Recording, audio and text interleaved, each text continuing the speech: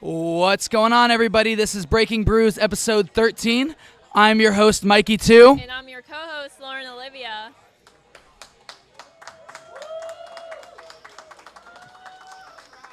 All right. Oh, man, we're getting the extra long applause today. Awesome. Well, good stuff. Well, Yeah. I am joined once again by my wonderful, lovely co-host, Lauren Olivia. Thank you, Mikey.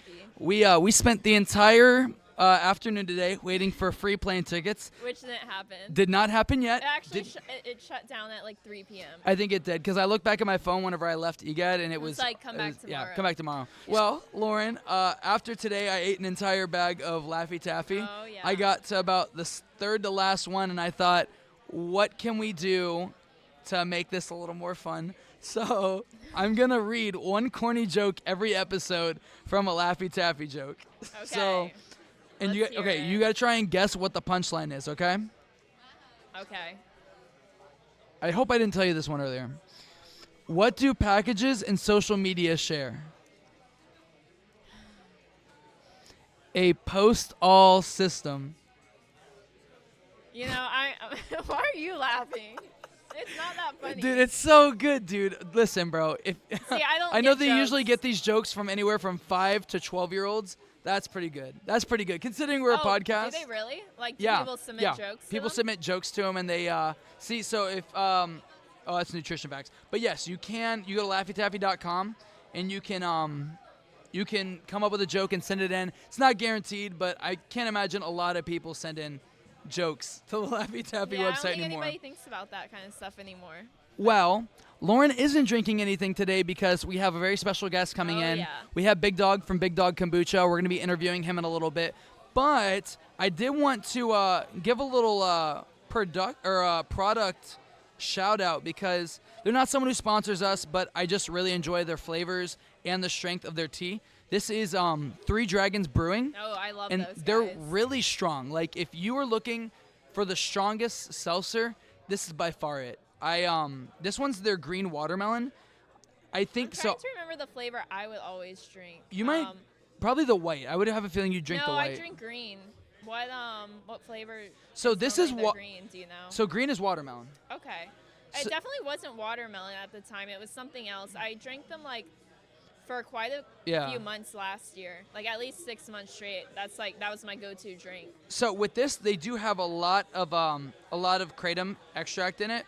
It has 6.8 grams of Mitrogena species, and then 42.6 milligrams. Do they still do the glass bottles, or did they stop that? I think they do. Yeah, Okay. because I know Island Roots still sells them, but they're really tasty. They're really They strong. Yeah, they're really strong. So, like, same thing with, like, a lot of stuff we say. Make sure you have a lot of moderation with this, because they're really tasty, but they can hit you like a truck. Yeah, that's very true. Well, what did we do this week? Did we do anything crazy this week? I can't really remember. No, I had finals all this week. I'm You did have finally finals, that's done. right. I Feels good. I made a lot of phone calls. We actually this week I officially finalized half of next year's calendar. So for the first couple months, we're gonna be interviewing Space Swap. We're gonna be going I'm to a excited lot for of that kava one. bars. We're gonna be going to Booch Bar. We're gonna be going to Kava Java, Rad Kava, Miami Island Vibe. Those are some of the really cool kava bars that we have just in Florida. But like I said last week, we are gonna be going everywhere. I'm actually this Friday. I have a meeting with the Kava Bar Dallas, so I'm really excited about that. Lauren and I we want to do a lot. We want to travel a little bit with this podcast, see what the whole country has to offer. Because for the most part, I feel like once you get out of Florida, the tropical themed kava bars seem to flow I'm away. very interested to see how they theme their kava bars. Well, we're not going to waste any time today. We're going to hop right into our first segment.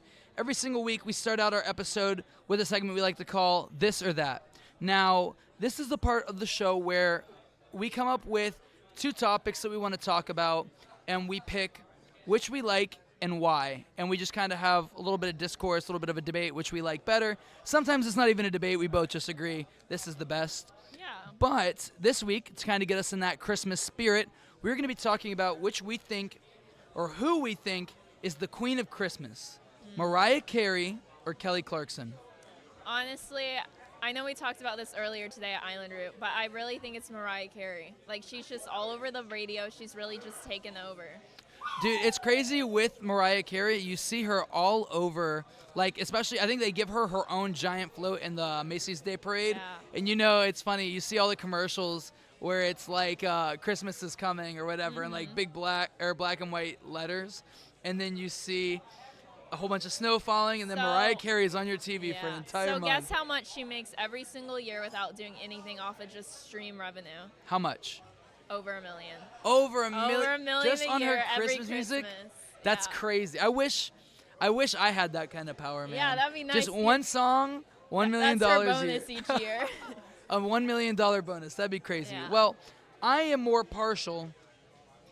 I'm way more partial towards Kelly Clarkson because although she's not the most listened to of the two, I like her songs. Mariah Carey has a lot of great non-Christmas songs. Like I like "Fantasy" by Mariah Carey. I like she has a few, like some of her like first albums she put out is really good, but like her Christmas music, other than "All I Want for Christmas Is You," they're pretty mid. Not gonna lie. I mean, she prefer got her with Kelly Clarkson. one-hit wonder. Yeah, with Kelly Clarkson, you got "Underneath the Christmas Tree."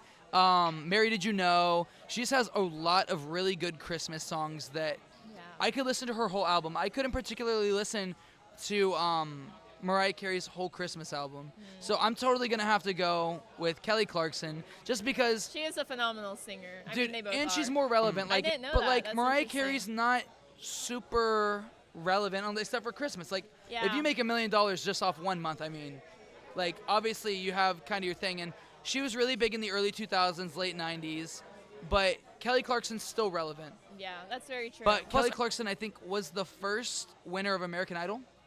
Really? I think she was. And I know she was on American Idol, but I'm pretty sure she was the first winner. Oh, there goes my phone. There goes her We're phone. just going to ignore that. A lot of distractions today. We're going to get into our next topic. It is, which would you be more likely to try?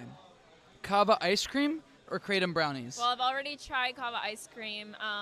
Christian, the bartender at Island Route, he had some up in Suntree. There's an Asian restaurant or something, but they make mochi ice cream, and I guess they've been putting kava in like this mochi ball or mochi ice cream ball, but then they like deep fry the outside of it in like a Thai donut. It was amazing. It was so good. It was like mango. And honestly, it was strong. It was very strong. I'm not sure if I remember talking about this last week.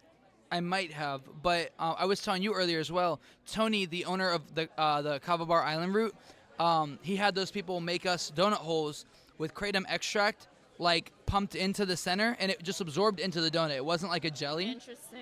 And I gave half to Trev and half to somebody else. I can't remember his name, but they tried it and they were like, "Bro, Maybe it hit them." Taylor. Yeah, and it hit them both like within minutes. Yeah, and the kava one definitely hit me really fast. well, so the lucky thing for us is the fact that we actually have a local kava ice cream place, A1A Sweets maybe, and they make kava infused ice cream. And the crazy part is the mochi I tried didn't taste like kava at all. You know, that's the good thing about those is the fact that they really don't taste like it. When you bake with stuff like that, you don't taste it. Like with that donut, you didn't really taste anything, but you got the strength of a bullet. And then with the kava ice cream, I've just heard lots of good stuff about it. I mean, I know the Burn Botanicals has had it, Island Roots had it. I'm pretty sure Bula has had it. All these different kava bars have had this stuff, and I'm surprised that I haven't gotten to try that specific brand because I've tried what you've tried. Yeah. But And that was I'm gonna see if delicious. I can't order some stuff from these companies and have them on here, and we'll try them. Yeah, that'd be we'll do a taste awesome. sample of kava kratom desserts. Yeah, that would be amazing. Well, we're gonna get into. Oh, so we are in our next question. I was about to say. Okay. So overall, which one you said you'd probably like to try the kratom? Well, here's the thing: is I don't like chocolate. I've never liked chocolate my entire life. Well, you can have So- like a blondie, which is kind of like a brownie. Yeah. Honestly, well, I'm just like I'm a kratom girl. I'm not much of a chocolate person either, honestly. So I'd Since like. you bring that up. I don't know. It's ever since my car accident. Kratom ice cream or Kratom brownies. Ever since my car accident, I have not liked chocolate. I like cookies and cream, but I don't like chocolate. Cause that's the same with me. I'll eat Oreos and I'll Yeah. eat cookies with cream, and that's it. And I'll eat like the fake ice cream sandwiches, but those are like they're cocoa chocolate. They're not actually chocolate. Yeah. So I think that's why I'll eat those. Well, I'm down to try that kava ice cream because they come in little tiny cups. Honestly, it's funny. It kind of reminds me of the little ice cream cups your parents would buy, like the little Bluebell cups. Oh, yeah. And you could buy them like the half chocolate, half vanilla. Mm-hmm. So I think that would be a really fun thing to do, is like how we did last week, the taste panel with that. We'll do a taste panel of kava I kratom would desserts. love to do that. Yeah, good stuff. Well, we're going to grab a couple people from the audience for this topic, because last topic we really couldn't find anybody. Hi, DJ. Hello. We have a lot of shy bees out there today, so we're bringing you back up. So our topic today is, if we did a taste panel like we did last week of kava kratom desserts, which would you be more interested in trying, kava ice cream or kratom brownies? Okay, when you put it like that, I feel like brownies, just because fresh brownies, like. Dude, fresh brownies but hit. I've also heard that like the brownies, like I haven't tried them, but I've heard that brownies taste different. Like they don't taste as like it's not a brownie. Like it has kratom in or kava or whatever. So I think maybe the ice cream. So the cool thing is we do have a lot of options now. So Lauren was telling me she went to this restaurant near Island Route and Century, but they make mochi ice cream and then they wrap it in like a donut, and then like you eat that and you don't taste it at all. Okay. And I had a donut hole with kratom extract in it, and you couldn't taste it, but it was the power of like an M80. Okay. And you couldn't taste it at all. Like I feel like that could be dangerous for me because I love donuts. Oh yeah, that'd be really. I dangerous, just snacking on them. What's a food that you think would be really good that we could try and mix kava and kratom into? Ooh, maybe like some like Jolly Ranchers or something, like some kind of hard candy. Ooh, a hard candy? I think a hard candy would be good because you could like I mix feel like it that'd up, be make really little hard easy. candies. Yeah. Dude, something you just that. like you take Or maybe, because like what you can Suckers or something. I don't melt know. down some Jolly Ranchers and then like pour the M80s into it, add a little sugar because an M80 I'm sure would make it really bitter, and then just pour it into little trays. I feel like that would be really easy. Yeah. We're gonna have to, dude, DJ. What if? Okay, so we are starting a new mini show called Breaking Bites, where we cook small, little, affordable snacks that are flavorful but like filling. So what if we did an episode with DJ where we make kratom Jolly Ranchers? That'd be cool. Dude, that'd I'd be down to sick. do that. That'd be really cool. Awesome. Well, thank you for coming up here, DJ. Hell yeah. Sweet. All right, we're gonna grab one more person. Lindsay, perfect timing. Don't sit down. Come up here. Do it. Can I? Slay. Yeah, or sit in that one. Sit in that one. Yeah, perfect. Alrighty, we have one of the most popular, one of the most talented kava tenders in Brevard County, I would say. Stop. She actually works at the sponsor of our podcast, Big Dog Kombucha. We're actually interviewing Big Dog today, and Lindsay works for Big Dog. So tell us, before we get into the question, tell us a little bit what it's like working at Big Dog Kombucha. Oh my God, it's delightful. So I was a customer long before I ever worked there. Am I talking into Yeah, that? you're good. You're good. Okay. I was a customer long before I worked there. Yeah. I'm a huge kombucha drinker. I really care about like my gut health. Gut biome is the start of where everything Oh yeah. comes from, like mental health. Yeah, Starts and you're in an your gut. athlete as well. And yeah. But working there is so cool. Gerhard is the best boss I've ever had. Always the best. And then the people that I get to serve there it's not like a lot of the other kava bars. It's a little bit of a different vibe, but it's still like delightful. Well, yeah, some people come just for kombucha, Yeah, which is really exactly. cool. Exactly. It's not just kava. It's kombucha. It's a kombucha brewery. You walk in and the smell of it hits you. Oh yeah, it is pretty strong, but you get used to it. You Pretty do. quick. I'm nose blind to it, but when people first come in, I always see it on their faces. But it's wonderful. There's so many different people that I get to hang out with every day. Like half the time, I'm like, these people are my friends. They're not just like my Dude, customers. that's the best part of working at a kava bar is you eventually, like, at first it's really nerve-wracking because, I don't know, I feel like whenever you're a bartender, even in general, just like a regular bartender or just like a barista, you feel like you have to live up to this thing. But Yeah. the community in the kava community and the kombucha community is so welcoming that, like, that stress doesn't last longer than half of your No. first shift. No. Yeah, no. midway especially through my with the first customers shift, I I've was met like, there. I've never had a bad one actually. Like I've had people having bad days, but I've never had a bad customer, and I truly love my people that I get to see. Awesome. And I love what I serve. And Oh yeah, no, I it's love tasty. getting There's to so drink much. it. I don't think there's a drink there I don't particularly enjoy. I mean, you guys just do it really well, and we're gonna be getting into that Yes. with Big Dog and Hemp kombucha and strawberry. dude, that's literally my favorite. Literally, I talk about strawberry yopon all the time. It's so Well, good. I'm gonna ask you the question that we have here. So the question is, we plan on doing a future taste panel like we did last episode, where we had the bartenders make some of what they think their best drink is, and come up here, and we had people from the audience come up here and taste it. Well, we're thinking about doing. Which would you be more likely to try on a taste panel? Kava ice cream or Kratom brownies? Kava ice cream. Yeah? Kava Are you ice an cream. Are you an ice cream girly? I am an ice cream girly. I've tried a couple different kava ice creams, Yeah. and they've all been so good. And I have a huge sweet Yeah. tooth, but not so much for chocolate. So, if you could choose a kava ice cream that you would like, what flavor would you want them to make?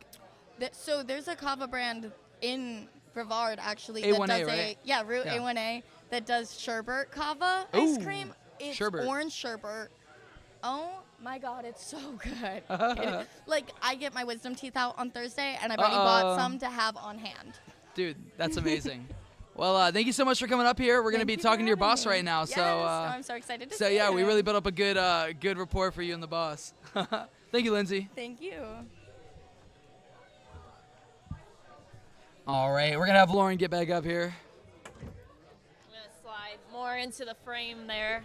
All righty. Well, we have gotten to my favorite part of this episode. This is a segment we like to call Inner Brews, where we interview somebody who has made a significant impact on the Kava Kratom community, or just, is a prominent member, and everybody knows. And I don't think I've met somebody yet in this community as well known as Big Dog. So we're going to get Big Dog up here. Yeah. He's going to bring some drinks up with Super him. excited. So go ahead and introduce yourself. We kind of give you a little introduction, but... Okay, my name is Gerard Clausen, and as you can hear, my name is kind of weird. So people have been starting to call me Big Dog, and I thought myself, it's the first time in my life I don't have to have a 10-minute conversation about how to say my name. And in the end, you don't get it right in any case. So either way, Big Dog is I've become, I'm originally from South Africa, as you can hear from my accent. Yes. Moved to the States. I married that beautiful lady over there. She's from Buffalo, New York. 21 years ago. Wow. She moved to Africa. I had no plans to come to America, okay? She moved to Africa with me, and I lived in rural Zululand. You should go and look it up. It's real Africa, like you used to see in the newsreels, kind of a thing, And she did great.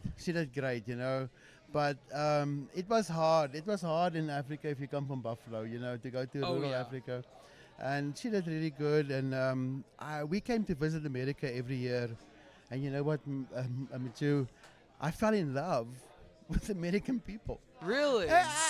It's like I was so taken by people here are good. They actually good. Where I come from, you've got to look out because somebody's trying to kill you. I don't mean it bad, but it's the kind of life that you live in, in some Everybody's places. out for themselves, survival mode. And I mean, like, you live behind barbed wire. Yeah. And your first thing you put on in the morning is your 9mm. It's not a great way to live, That's crazy. It's a different life. It's a different life.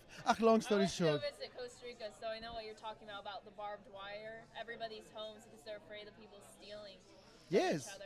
and people with AK-47 stealing from you. That's a not good thing. But either way, I mean, there's a lot of good things about it. But either way, I mean, that's the way it is. So sorry. It's pretty crazy that you came from that kind of environment and you found yourself in probably one of the most warm and inviting communities you could have possibly found. I mean, don't get me wrong, we do have our rotten eggs, every place does. But I mean, this is pretty much the most warm and welcoming community you could be part of. Oh, definitely. Oh, definitely. Honestly, it's really great for business owners here as well. I've noticed. Oh, definitely. No, it it's the best place in the world. As simple as that is, literally the best place in the world. I mean, there's no other words, you know. Either way, my wife became pregnant with our first child, and I thought to myself, I don't know, it was like,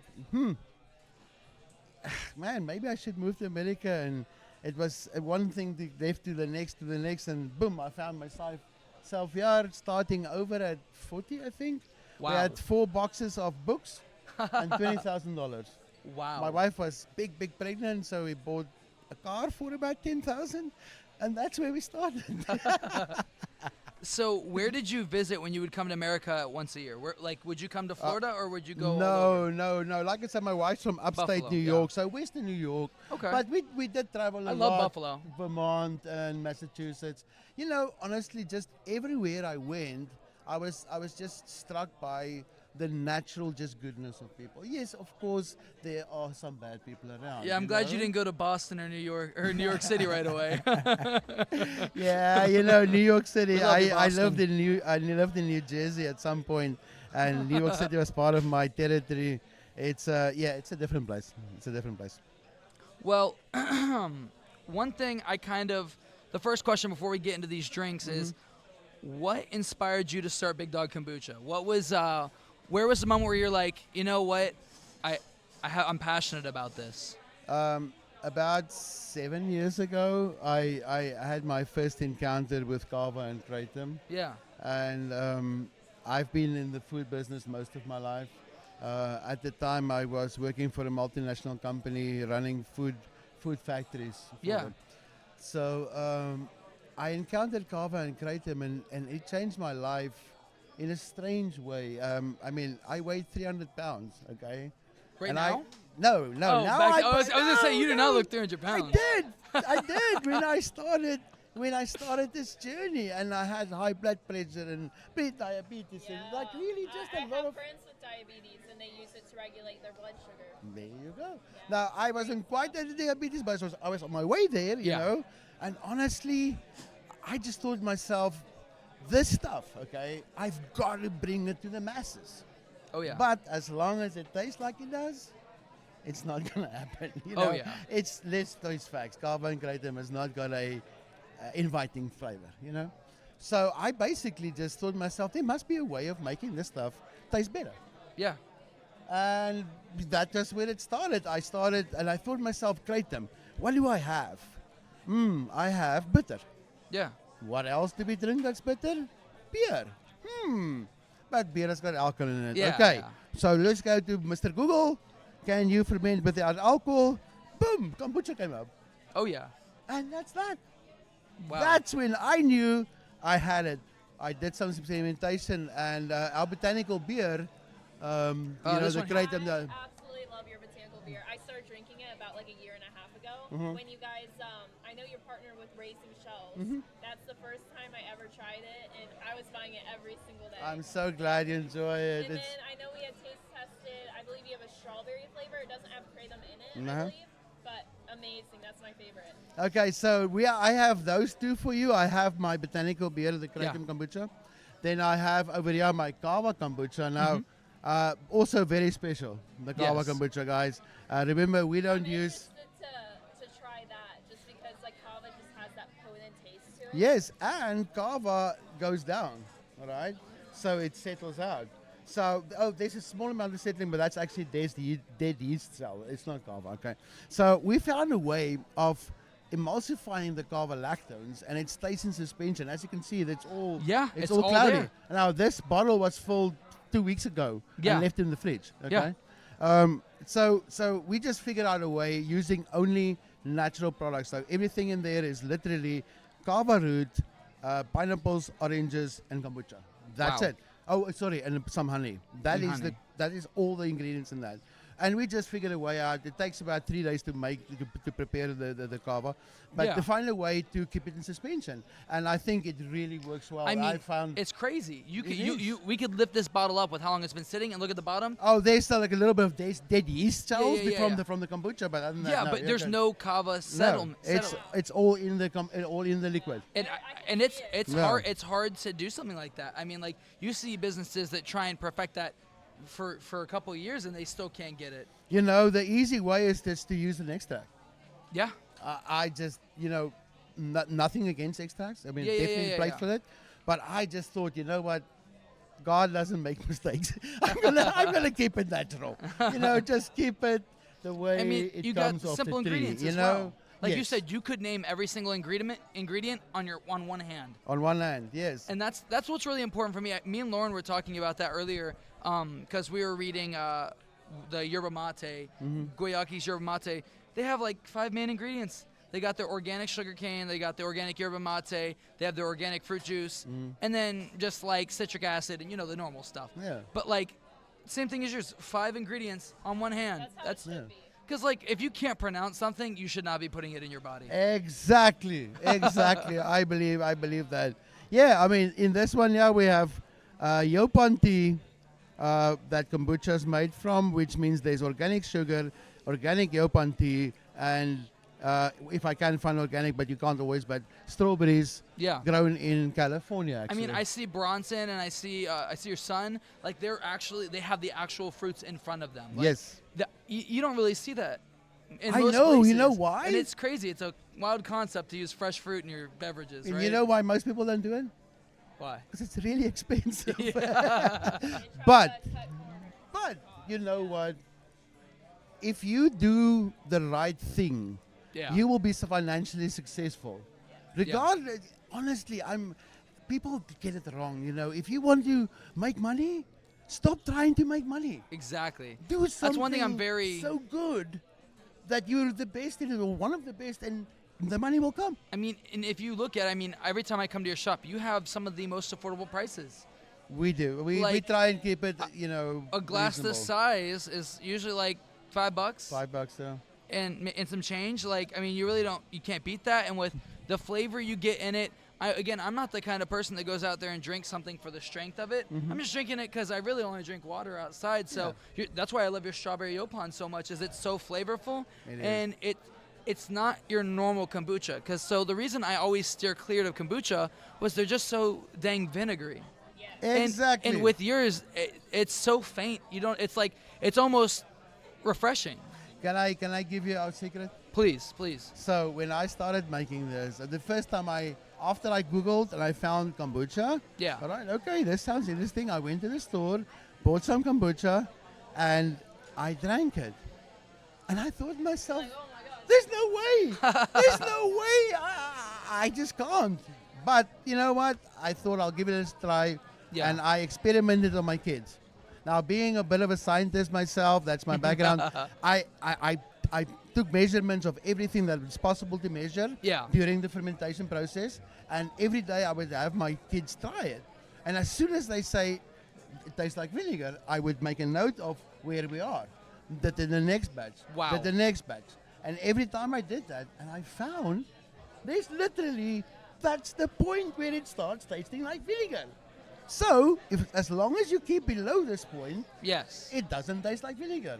And that is the secret of our success. Literally that. It was crazy. So, before, whenever I had mentioned that I was going to go the first time that we met and we did like that, in spontaneous interview, I caught him. I sent him a message. I got a hold of him like a day before. I was like, hey, can I come out tomorrow and meet with you? And he was like, yeah, I guess. And Lauren was like, oh my gosh, I love Big Dog. I've been drinking Big Dog for a while, and I hadn't had your product before. I'd only heard of it. And then as soon as I tried your product, before I even tried the product, as soon as I met you, I knew it was going to be a good product. Because here's the thing, is you can taste the love and care that goes into each of your drinks. Because some things I notice with certain places is that a lot of their drinks almost start to taste the same or whatever. There's no distinct difference in some of the flavors. Each flavor you have has a different taste. Like something for everyone. Your botanical beer tastes incredible. It's refreshing. It's something like, I feel like on a hot summer day, have a tall glass of that, feel amazing. Strawberry yopan, I'm sitting at home, I want to watch a movie and I want to have something sweet, but something that kind of reminds me of a soda. Strawberry yopan. Kava kombucha, I'm chilling out with friends and I want to hang out with them. We're not doing anything particular. Something just to sip at is the Kava kombucha. And what do you have over there? Oh, that is our newest flavor. It's a mandarin mint. Oh, you said the magic word for me. Okay. I love mint. So yeah, that's our first batch actually. Now the thing is, mint is weird. I tried the little things with mint, and if you do it too much, it kind of kills the other flavors. And if you do it a little, you don't get anything. Okay, so I don't know. I hope I got it right. I have mandarins because mandarins are easy to find in Florida, and they are making a comeback. Did you know that mandarins can survive greening? Really? So there's actually a movement to get a lot of the old orange farms that's now not being used to actually plant mandarins in it. Because mandarins, they found, I don't know if it's just so certain cultivars, but they definitely can survive greening, which is why you start seeing more and more mandarins. And I thought, man, this is a product produced right, yeah. I mean, what the hell? Use it, you know? And then what goes with it? I don't know. Somebody said mint, and there we go. But so you guys want to try it? Well, okay, so I'm actually, you're an amazing guest because you perfectly segued into our next question. Mm-hmm. So our next question is so what we'll do is we'll pour some of this, sip at it while you explain this. How do you think of new flavors for your beverage? So, Lauren, if you want to pour yourself a glass. Yes, that's our mandarin mint. I'm really, dude, I'm super excited. That's our first batch, yes. So I would say it's very unromantic. Because when you have something as a producer, one of the things you need to take into consideration is, can I make this all the time? Because if you can't make it all the time, it's limited. It's not to say you shouldn't do it. Yeah. But if you can't get it all the time, man, you be careful. And so mandarins are because God forbid it actually, becomes high demand. Yeah. And it's and you you don't don't want to access. run out. Yeah. So so mandarin is something that is you can get it just about 10 months of the year. You know, it's a local produce, and it's just that's what I do. I should look what can I get all year round, or most of the year round. I have to start there, unfortunately, because otherwise it doesn't help to make something spectacular and make it for a month. Oh. Now this little guy. That's I'm tasting it, and I initially think I go straight to this tastes very similar to the botanical beer, but then the aftertaste hits the me, mint. and I can taste the mandarin as the aftertaste. You know, I get the mandarin, and then the mint literally only mint is a great after. It just leaves your mouth fresh. It feels like my throat feels amazing right now. Feels like if you go like this, you feel the coldness. You know, just like that's really all the mint does. Oh my gosh, that's all amazing. Just that little bit of it starts with that sour kick and the sweet sour kick of the mandarin, and then exactly that how I mint describe that it. literally freshens your mouth. That's exactly because the first thing I tasted was the mandarin. Every single sip is a little bit different. I can taste something different every single sip. I can feel the mint in my throat. Mm-hmm. You don't taste it, you just feel it. You feel it. Yeah. That's amazing. I love this. This is probably, I mean, this and strawberry Yopon is probably tied for my favorite. It's I'm pretty happy with it. You guys want to try? Mind if I take please take some botanical beer and put it in there? Can I just give this to you for a second? No, that's a good idea because I'm Please, curious how please. similar they are. So I'm gonna let you try that. It's so that's a botanical Thank beer you. or a Dog Kombucha. This is my go-to. This has always been my go-to. Then this one is what I call. Okay, I've got my kratom there, and then over here I have my. Let me just. The kava one, My yeah. kava kombucha. Sorry, I just want to. So now, You can mix. now Oh, that has become a jungle juice. Yes, I've heard of it. And jungle juice is what is in my cup 24/7. Any time of the night or day, I have a Yeti So, cup with me, and that I is inside. have a question for you. So he's saying this is his jungle juice. So he took a little bit of the botanical beer, which is kratom kombucha, and then he took some kava. However, I know the viewers out there are going to ask this question, so I'm going to be a stickler about this. So a lot of people say you cannot mix the two because it will cause liver damage. What would you say about that? Okay, this is anecdotal, but I have been mixing kava and kratom for 7 years on a basically daily basis, or nearly daily basis at least. And I am 57 years old. I had a full physical about a month and a half ago. And other than high uric acid, which is from a congenital disease I have. Everything I had was perfect. That sounds pretty good to me. 7 years drinking. I mean, here's the this thing: and- That's all I'm is saying. like I you feel know, like, I don't know. to be honest with you, I think everybody's chemistry and body handles things differently. So But as you get older, I feel like no offense, but as you get older, your body starts to be more sensitive to things. And I feel like the fact that you've been drinking this almost on a daily basis goes to show, obviously, what really could be doing the damage to certain people is what they're mixing in their daily health, in their daily diet, and mixing these two. It could be, honestly, let's say they go home and they maybe have like a beer or something at night before they fall asleep or something, and they mix. It is possible, but I just wanna put in my 5 cents worth. Please. I drink kava and kombucha, kava and kratom on a daily basis. Yeah.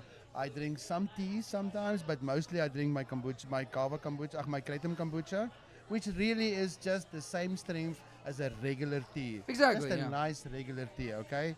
And then my kava, I drink it in either the kombucha or the traditional kava. But I do not put any extracts or any concentrates in my body. And I respect it. I None respect it a of lot. And I think that as long as you keep to the natural product, I don't say concentrate is wrong. I'm just saying it might be There a could little be, bit. yeah. I would stay away from it. I don't use any of those in my life, and I have a super great life. I'm very happy. I enjoy what both kratom and kava is. I drink one glass and I can actually feel that. You know what I'm saying? Yeah. Why would I want to change that? In my Exactly. opinion, it's just like it's perfect. Why would I bugger around with perfect? Well, cheers to Big Dog. Cheers. Bula. Voila. It's just so good. These two are definitely different. Now you've had them separate. Together. You know, I understand what you were saying in the beginning, but yeah, now having It's this. been a while since I've had that one. That's the problem. So- Both of them are fermented, so definitely it always reminds you of each other. Yeah. But the flavor profile But is quite definitely different. different. Definitely different. I do. So what you should try is have some of that, and a splash of that. That's one thing I see a lot of your customers do. Like Yes. me coming to your bar. Figuring out what you like. For the most, I come to the bar at least once, maybe twice a week, and I see people come in. They'll be like, they'll come in with their growler, and they'll go, "Hey, can I get a botanical beer or a jungle juice? And can I get a splash of the berry bliss or the berry bliss or the elderberry or maybe a splash of strawberry yopon?" And here's the thing is it doesn't take a lot to get that. Honestly, sometimes I'd rather have a neutral flavor, like have a neutral drink, and then a hint of it. Yeah. Just it makes it interesting. It makes your drink interesting by adding a splash. And all my flavors are kind of on the fresh side, so they mix easy. Well, we're going to ask you a couple more questions Yes. while we sample a few of the flavors here. Okay, so your next question is, what is your favorite memory that you've made since you've started the business? And I'm going to get into the strawberry This is gonna yopon. sound corny, but Okay, please. my 13-year-old son, started working for me on Saturday mornings because honestly I couldn't afford to pay anybody else. When he was 13 years old, and he's now been doing that for 2.5 years, and he's one of the best tenders I have. Oh, yeah. And I promise you, having to see my son working in our family business, it is just so precious. Oh, yeah. That I will never forget that, you know. Oh man, I love an answer. I love a good, meaningful answer because, you know, some people might say, oh, like the first day we opened, or the first time that I was able to explain this to somebody and they understood it. But the fact that you have a family, the fact that you have a family business makes it that much more personal. And whenever you have your family want to be a part of your business, it makes it that's how you know you're doing the right thing. It is there is no blessing bigger than that. There's nothing better in life. Sorry, I know it sounds corny, but it is. There's nothing better than that.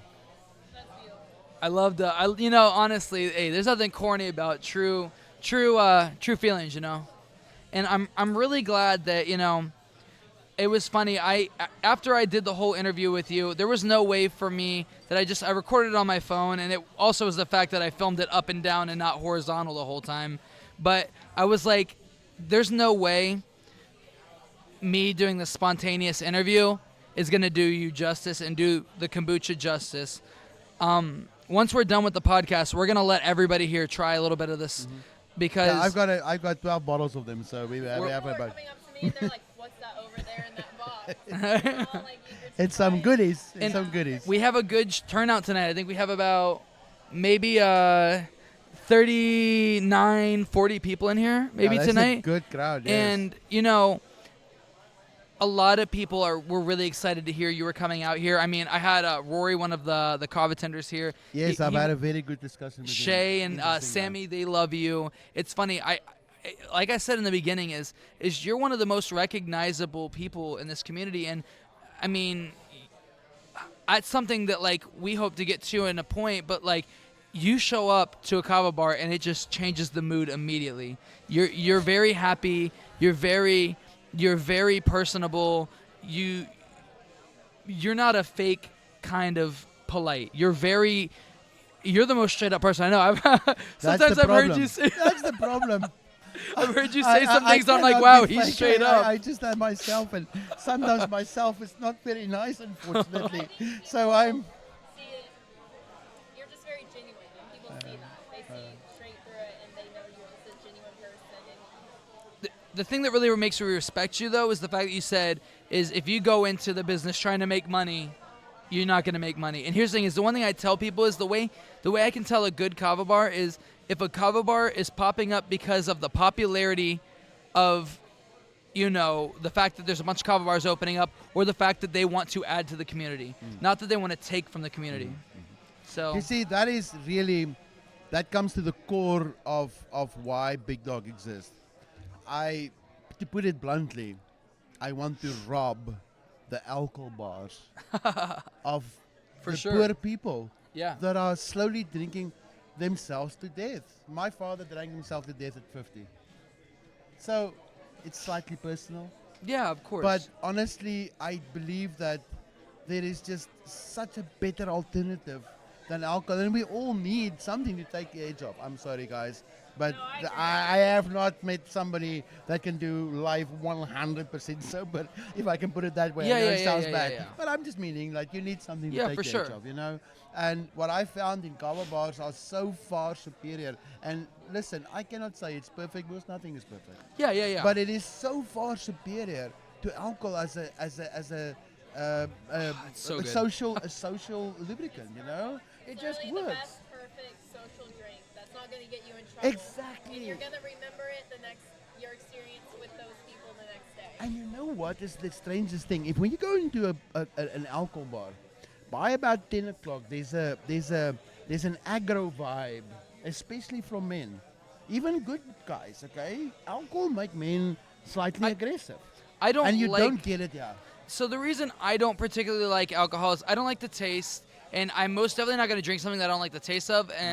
But here's the thing, though, is I don't like not being in control of my body and the emotions. Now, here's the thing is I also don't like when people say, well, whenever you drink, that's you in your most honest form. I don't think that's true whatsoever. No, I think Here's you the lose thing is I feel control. like feel like you kind of it cuts off that the ability to know when's the appropriate time to say something. That's not you being honest. It's you not having the ability to discern what's right and what's wrong at a point. Exactly. I mean, It drunk takes driving, away for example. it takes away your ability to make. It good gives you a decisions. false sense of confidence. Like people that are like, oh, well, I can handle drinking and driving, and the accident I was in was due to somebody that was coked up on copious amounts of drug and was drunk at the same time, and I could have died. Like it's literally a miracle that I survived that accident, and Imagine had there had been one factor of that I hadn't done the exact way that I did. Like if I wasn't asleep and I was awake and I saw what was about to happen, I probably would have tensed up and that could have killed That me. could have killed you, Or let's say maybe we were going a little bit slower or something like that. Like even 5 miles an hour slower, I could have died. What I like about this is you can feel good, but you can be cognitive. Like Exactly. You're more than capable of driving. You're more than capable of making logical decisions.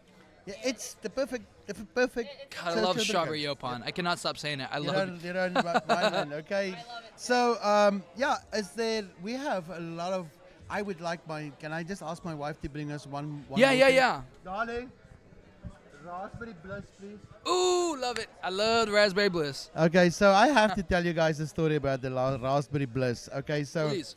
I was making botanical beer for my wife and I Of course. at home Has such a pretty for color. a few years, and my father-in-law who died a year ago, he loved raspberry sweet tea, you know. Yeah, yeah, yeah. And I thought to myself, man, I'm gonna try and make something fruity. You know, I've never done it. Yeah. And I went and I went to the store and I bought the raspberries they had, and the amount of raspberries they had was the amount I made the mix with, and it came out perfect. It's Oh, yeah. amazing that so many things work out like this. I just give it a shot and it comes out good. But in any case, so from there we evolved a little bit and we did this raspberry bliss, which is a raspberry hibiscus.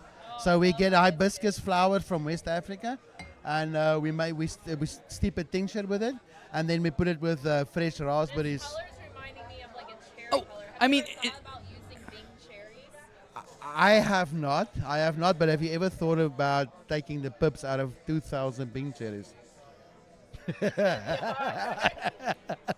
That's the thing. I have to when you make a decision on a new flavor, because you asked me that earlier. You have to be cognizant of what it's going to take to make it. You know, I made a God, mango. that's so good. I made a mango last year, and I'm telling you, it is so much work. I just couldn't do it. I couldn't do it to make it. Easy job. But yeah, you guys can try that maybe as a topper. Let me make a topper of it and see how nice it looks. Yeah, yeah, yeah. I'm gonna ask you our last question we have for you, and you know, this is the part of the interview where we kind of just let you promote what's going on, what you got coming up with the business. I know some stuff, but the folks at home might not know. And what's next for Big Dog Kombucha? We have big plans on the horizon, Machu. As you know, right now we are in a 1,300 square foot facility. Yeah. And a year ago, my wife and I, a little bit more than a year ago, we were very fortunate, and we bought an industrial property in Merritt Island Yeah. that has a 7,500 square foot industrial. That's gonna be building on it. amazing. So, yeah. So the next thing is, for the last 5 months, we've been building out not the whole building, but 4,500 square feet of it. Of course. Yes. Wow. So our bar will go from 200 square foot to 1,000 square foot. Our brewery will go from 1,000 square feet to 3,500 square feet.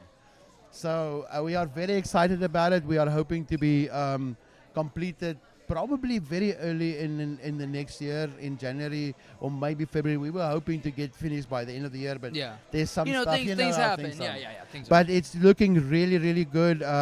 Much larger facility, and with that we can have way more taps. So I'm definitely looking I'm at really excited for introducing new that. flavors. And I was thinking, I have something special in my mind, but I don't want to share right now. Yeah, of course. But let's just say, I wondered one day, does kombucha have to be cold? And I thought, with the right amount of spices and a little bit of this and a little bit of that, I wonder if a warm kombucha tea won't work. And I am working on something in our new bar. It may just blow your socks off. I'm excited. Well, it's a big privilege for us to have you on here. I mean, ever since I met you, you've really kept me positive, and your positivity is infectious. I'm so excited for everybody here. What we're gonna do is we're gonna pass out some drinks to everybody here in the bar, let them get a taste of it, because I mean, I feel like everybody deserves to try a little bit of this, For sure. We're going to get them hooked. But For sure, no, we I would really like to do appreciate that. you coming out here, Big Dog. Thank Like you. seriously, Thank you very much. I love your story. Thank you. I love Same your here. story. I love your product.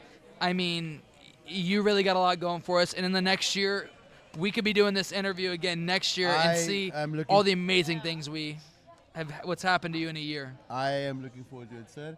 And I want to invite both of you to our opening, our grand opening. Amazing. Whenever it is. Yeah, whenever we get there. Sometime in the next 2 months, but whenever it is, you guys are going to be. We can't wait for it. Thank you so much. Thank you very much. Thank you so much. This is the final segment of the show. We like to call it Breaking Barriers. Now, this is the part of the show where we break down that barrier between podcast hosts and just members of the society because, you know, we're nobody special. I hate when podcast hosts act like they're these big celebrities. We're no different. We're no better. We don't think of ourselves any more highly than anybody out there. So this is kind of where we just, you know, open up and get a little more personal with you guys one-on-one. And me and Lauren each talk about something about us personally that we want to share with you guys, and then we come back together at the end to talk about something that we both want to talk about with you guys. So I've been trying to do this topic for 3 weeks now.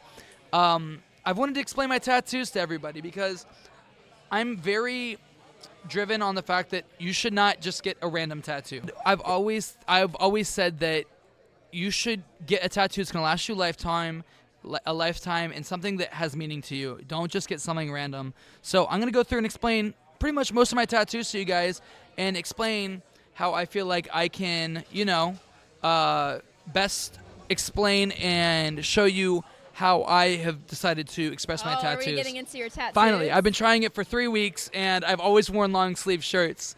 So I okay. love Mikey's story, especially behind. I'll let him explain it, but especially behind this one. So first I'm going to get the big one out of the way. So now this right up here, this tattoo is called Remember Your Roots. Now this is what a kava plant and a kava root looks like. And coming from the roots of the kava root and the kava plant is a bunch of names. Now these are all people, and now there's many names to come. It's just this is what I've started so far.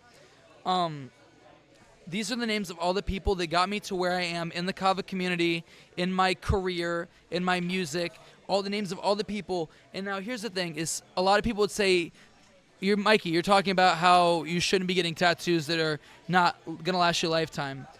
No matter whether or not in 10, 15, 20 years from now, I'm still talking to any of these people, they are still an important part of where I came from and how I got started. And you need to remember where you come from and remember your roots. So that's why the tattoo's called Remember Your Roots. And I have all these names here. I have Uncle Nate, Sally, Carissa, Reed, Tate, Gabe, Todd, Michael, Tony, Tyler. And I'm really glad that I have all these people in my life. And they're still active. All of them are still active in my life today. And, you know, you just got to remember where you come from. Because I feel like that's one thing is once you start to gain success in life, you start to forget the people that are really there for you. And I'll never be able to forget these people because they're literally permanently on my sleeve. I wear my heart on my sleeve, and that's all the people in my heart. And I personally believe every interaction adds to who you are. Exactly. So now I'm going to move from the bottom over and up.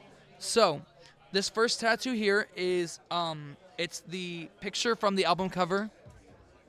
What? Oh. All right, I'm going to stand. We may have to add in maybe like a little video, a close-up. Yeah. So this right here, I'm turning you up. There we go. This right here is Harry's house, like Harry Styles. Still can't see it? It's a light tattoo. It's going to be hard to see. We'll take a picture of it. But it was the first concert I ever saw on Madison Square Garden in New York City. Doodle Bob it's just more or less the reference to SpongeBob. SpongeBob was a show that helped me deal with yes, I will be once I get to this side. So actually it's funny, one of my tattoo artists is in the audience right now, so he's gonna be like, yeah, Mikey cried during that one. No, it is funny because I totally am the worst person to get a tattoo. Oh really? So this right here is Doodle Bob, which is from SpongeBob, and SpongeBob was something that helped me get through my parents' divorce. I watched a lot of TV as a kid, and it was just something that kind of gave me that inspiration and that calmness. Hey, don't go too far. I'm going to call you up here. But not yet. If you want to go smoke, you're good. And then come back in. Then this right here, this is Squirtle. It's actually specifically a Squirtle from the Squirtle Squad. And the reason I have him He's got is... those gangster glasses. He's got his gang. I love that. That's cute. When I was in high school, the trip I went on that got me reassured of my salvation, I actually that same day won a 3-foot-tall stuffed Squirtle, which I still have in my house, and I still have. I like so that. I have him. Now, this one is a frog with a human ear, Now, to the normal untrained eye, that is just the weirdest tattoo you could have ever seen in your life. But it has significance to me and my grandfather. He calls chocolate-covered potato chips chocolate-covered frog ears. So it's just a little funny nod to him. The next is the Cat in the Hat hat. The movie I watched the most as a kid was the Mike Myers live-action Cat in the Hat. And actually, I had a frat house in college, and in the lease, they were required every single Friday to watch the live-action Cat in the Hat movie. And there were times where we would be quoting the entire movie so much that you couldn't actually hear the whole movie. Now, the next tattoo is 21 Pilots. It was their Blurry Face album.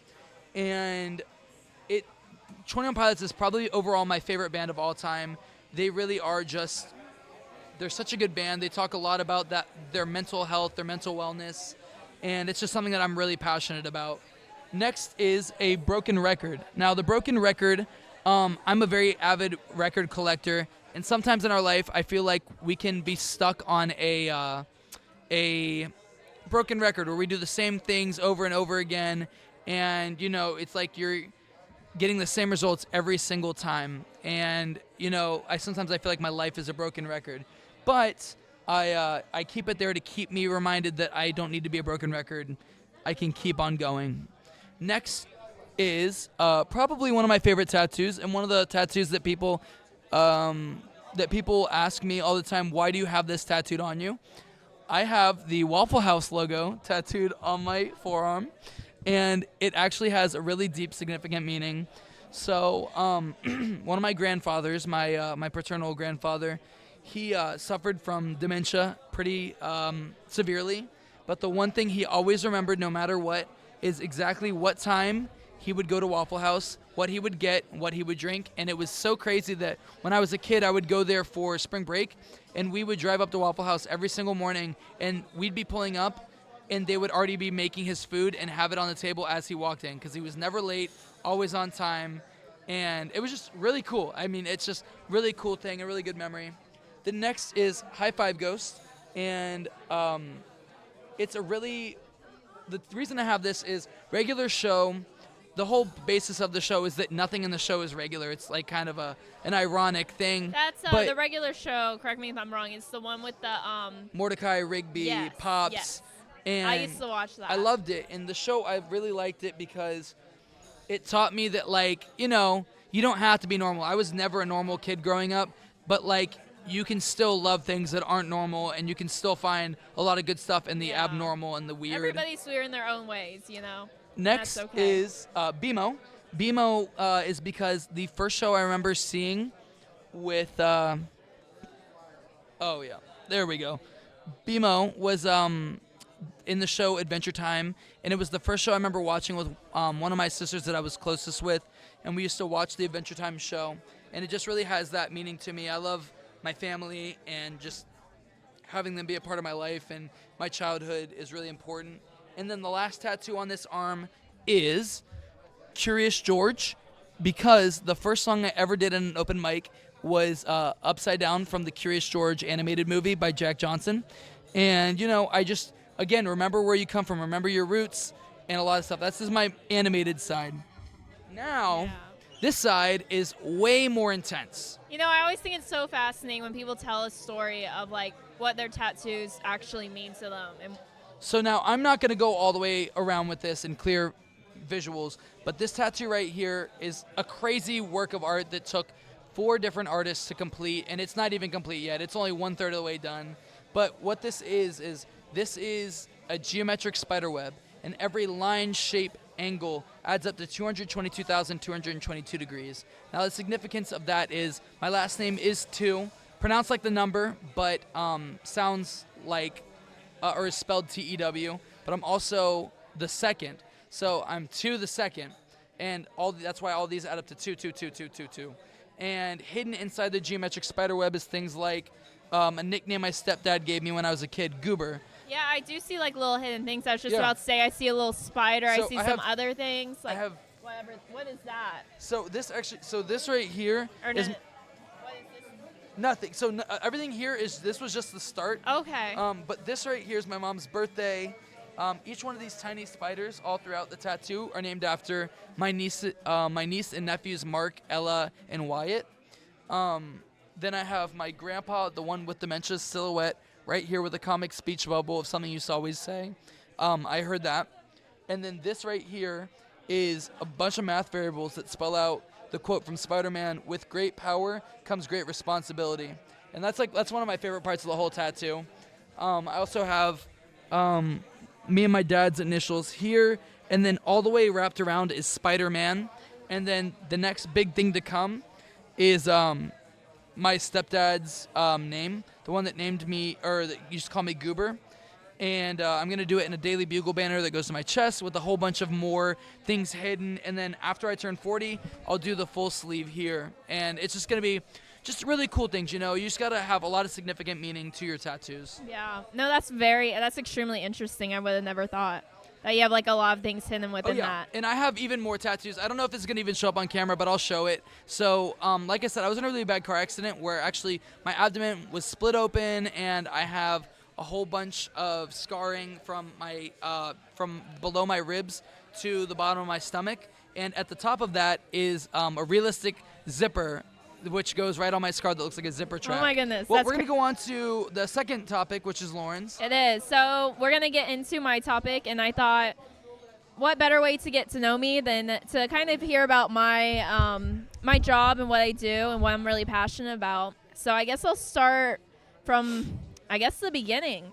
So in around sixth grade, Yeah. and I had always been like passionate about video gaming, and Man, that's good. I was just always on a video game probably since second grade. And that was mostly because I had a best friend who moved away, and we still wanted to like have that connection with each other. So we would FaceTime each other. This was like, I think even before Skype, or it was like close to around the time that people would use Skype. And so we'd FaceTime each other and play video games, and that kind of just grew into a love for computers. Oh, yeah. And it was around sixth grade that my middle school brought a woman in from, she originally worked at Northrop Grumman, and she was part of their IT team. And she was like, hey, you should really add this program to your school. It's called Cyber Patriots. It's brought on by the Air Force Association and a bunch of other sponsors like Northrop and Facebook, and the list just goes on. And then, so it's like, oh, this sounds like interesting. You know, I already love computers. I want to know more about it.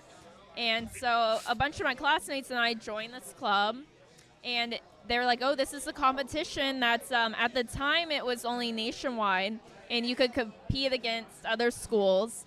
And basically it's a competition to see how fast we could secure vulnerabilities within a system.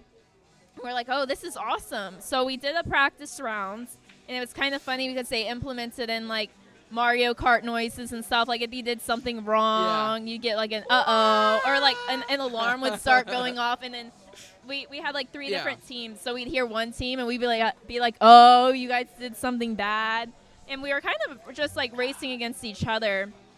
It was just like healthy competition, and it really like they brought people in to teach us and to train us. We started out doing, each competition had 3 operating systems.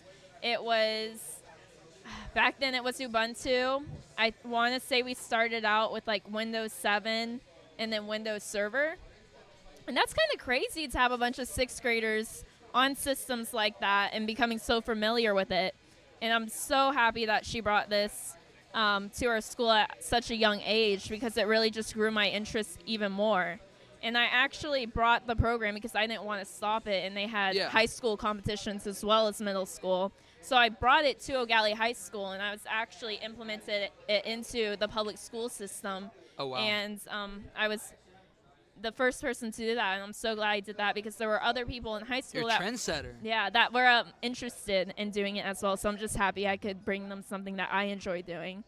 And competed for a bit in high school, just getting better at each operating system. Oh, yeah. It's like, so what's the next step? You know, I'm For sure. going to college. I'm wrapping up my AA, doing dual enrollment.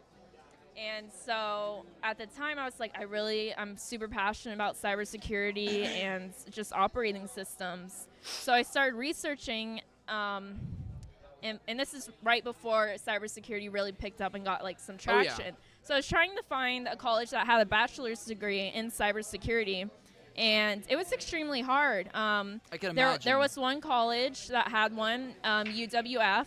I actually got accepted there, and their acceptance rate at the time was very low. So I honestly didn't even think I was going to get in. But ultimately, it was them, and Eastern Florida had something similar. It was called Computer Informational Systems, so you could focus in cybersecurity. I was like, honestly, that sounds perfect because, you know, like I can learn different systems and be efficient in different systems like I used to be doing my Cyber Patriot competition, but also focus in cybersecurity within each system. So it's like, this is perfect. And, you know, Eastern Florida, I've grown up in Melbourne. I've lived in Melbourne my whole life. And I was like, I kind of want to stay here. And there's a lot of opportunities. And especially with all the, like, with yeah. Northrop and DRS and all those companies. Yeah, and just even coming to these kava bars, I met so many people in the community who are also passionate about computers. I'm just really happy that I decided to stay. I'm surprised it took as long as it did for there to be, like, cybersecurity become so mainstream. I mean, I remember as a kid whenever Anonymous hacked Fox's... I used to watch Anonymous as a kid. Yeah, like Anonymous hacked Fox News's news feed. There was a kid that was like 13 years old from Denmark or something who there was hacked some into crazy NASA's, stuff going on back then. A 13-year-old boy was able to hack into NASA's. I have seen those stories. Like, it's crazy stuff like that. And I'm kind of glad the Cyber Patriots came along when it did, because it kind of took me from that dark side, you know. At the time I was in 5th grade, and I was on tour. I don't think any 5th grader should be on tour. And I was just, like, browsing the deep web with my best friend who I always like play video games with. And, you know, you meet people playing video games and they tell you all this other stuff. And it was just good that Cyber Patriots came along because, you know, we all had to do an oath. Like, we're only going to use this for good, like our knowledge and capabilities. And, yeah, it's such a great program. Well, that's awesome. I mean, I'm really glad that you have that you were able to find something you're passionate about. Right now, I'm about to finish my degree. I'll wrap this up real quick. I'm about to finish my degree. I have like 2 more semesters left. And during the past 2 years, I started working for a healthcare company. I'm not going to say the name just because I don't want people showing up at my work or manhunting me down or something. But I do IT for them. I do kind of like a little bit of help desk, a little bit of system admin. At one point, they were showing me some cool cybersecurity stuff. Kind of just jack of all trades for the most part. And I don't know, I've honestly learned a lot. And it's so interesting being in the medical field as well, because you get to see all the medical software and learn how to install it and configure it. So it's really great that I'm able to, you know, learn while in college and be able to practice my things that I learned in college out in the field. I'm glad that you found something you were passionate about at, like, you know, a fairly young age, because especially now a lot of people, it seems like they don't know what they want to do. Yeah, and that's what I was fearful of, you know. So I'm just very happy that one woman came and introduced us all to that, because I don't know where I'd be without that. Well, it's just so cool. Everything that you do is really cool, and it's always awesome to see what you do. One thing that we're going to start doing now is we're going to start, now that we kind of have some free time during the break, for the winter break, we're going to try and bring on a new short twice a month, where it's called Breaking Bites, where once a month I teach Lauren how to make something. Boy, do I need to learn how to cook. Teach Lauren how to make really flavorful but affordable things to eat. And then another time a month, we'll bring on a special guest who's going to come in and teach Lauren how to make something super flavorful that they know, that they make and they're passionate about. And one of the people that we're going to have on first is going to be Rory. Rory is going to be coming up with some things to talk about, because, I mean, every single time we talk to Rory on this podcast, he always has something to tell us and inform us on. And I honestly learn something new every single time he comes up here. Dude, it's crazy. I mean, bro's gone to the Appalachians. Yeah. Bro has made some of the best drinks here. One of the best mixologists. He goes camping. He goes hiking. What else has Rory done? We'll have to. If you guys, me and Rory were just talking about this. He's been in 7 of the 12 episodes we've done. I don't know if we're gonna get him up here this episode, just because they're really busy right now. They're busy right now. Like today, we packed out the bar. It's really busy today. But I think honestly we'll call it quits here. It's been a really fun episode. I'm really glad we got Big Dog out here. This honestly was a great episode. I'm really glad people are going to get to learn what you do for a living outside of this. People got to know a little bit more about my tattoos because they pop out below my sleeve line. So people are probably like wondering like, oh, what's up with all these tattoos? And we got to talk a little bit about Christmas. You know, I think next episode we'll get a little more into the Christmas spirit, getting closer and closer. Maybe we should do a little Christmas theme or something. Dude, we should do something crazy. Yeah, we should. We'll definitely figure something out let's cool figure for something you guys. out. And I like your bandana. It's very Christmassy yeah, as well. Christmas bandana. Oh, we've officially, it's up now. We've been talking about it for a month now. We officially do have a Instagram now for the podcast. So you guys go follow that on Instagram. It is Breaking Brews Podcast, breaking_brews_ podcast on Instagram. And we're going to be posting everything now that you need to know, as well as schedules, times and dates, because some of the episodes, due to hours of operation for certain kava bars we travel to, they won't be open on certain days. So there'll be some days we'll do our live stream on Tuesday. Every episode will always come out on a Friday, but you know, the days we film and go live will be different. We might be offering up some member things for you guys to check out. Thank you so much, Big Dog. Seriously, thank you guys. Big Dog was our first sponsor. So I'm really glad that you guys got to meet the owner. I'm really glad that we got to talk about them. Again, also, seriously, at your almost every kava bar I know, you can get these Three Dragons. They're really good. Check them out. If you can't get them at your kava bar, check them out online. We'll leave a link for Three Dragons Brewing. This one's my favorite. I'm really good. I've been mellowed out this whole entire time just because of this. And make sure you guys go out to Big Dog Kombucha. If you guys can't make it out to Merritt Island to their store, I'm sure there is a kava bar that has their beverages for you. I know all the island roots do. So, yeah, guys, thank you so much. This has been Breaking Brews, episode 13. I'm your host, Mikey. And I'm your co-host, Lauren Olivia. All right, guys, we'll see you next week. We'll catch y'all later. Peace.